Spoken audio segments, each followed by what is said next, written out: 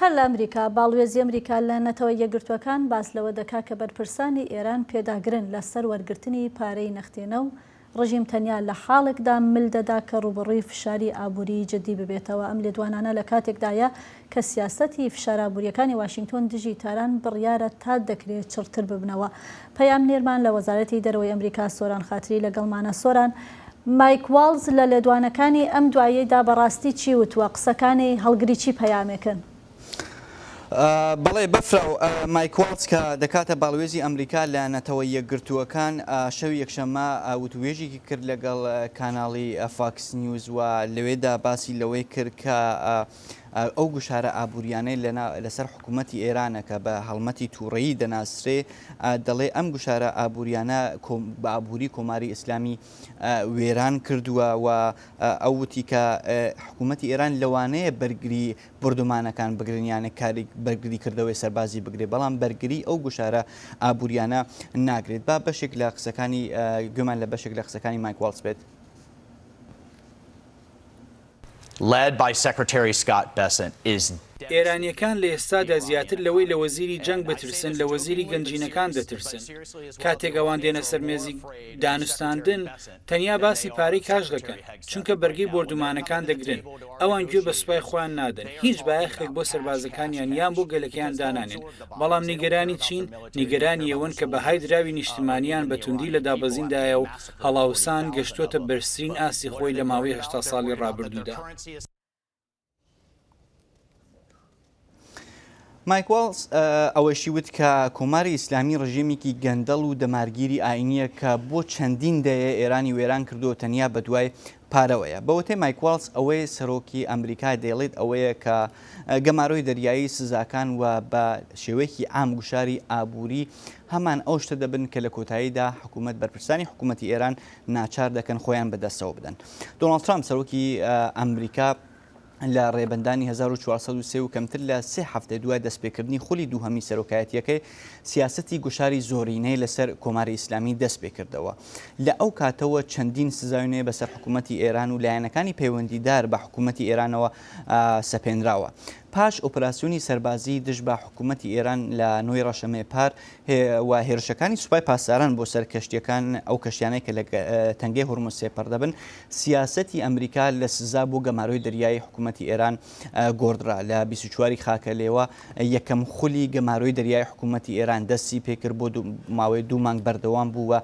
لە ئەم 2 مانگەدا زیاتر لە 140 کەشتی لەلایەن سوپای ئەمریکاوە ڕێگریان لێکرا بۆ ئەوەیە نەتوانن بڕۆنە بەندەرەکانی ئێران یا لە بەندەرەکانی ئێران بێنە دەرەوە. چەند هەفتەیەکیشە خولی دووهەمی گەماڕۆی دەریایی حکوومەتی ئێران دەستی پێ کردووە بە وتەی فەرماندەی ناوەندی سوپای ئەمریکا لە ڕۆژهەڵاتی ناوڕاست سنتکام لە ئەم 2 هەفتەیە تا ئێستا زیاتر لە 55 کەشتی ڕێگریان لێکراوە نەیانتوانیوە بڕۆنە بەندەرەکانی ئێران یا لە بەندەرەکانی ئێران بێنە دەرەوە. سۆران خاتری پەیامنێری دەنگی ئەمریکا لە وەزارەتی دەرەوە، سپاس بۆ ئەم ڕاپۆرتە.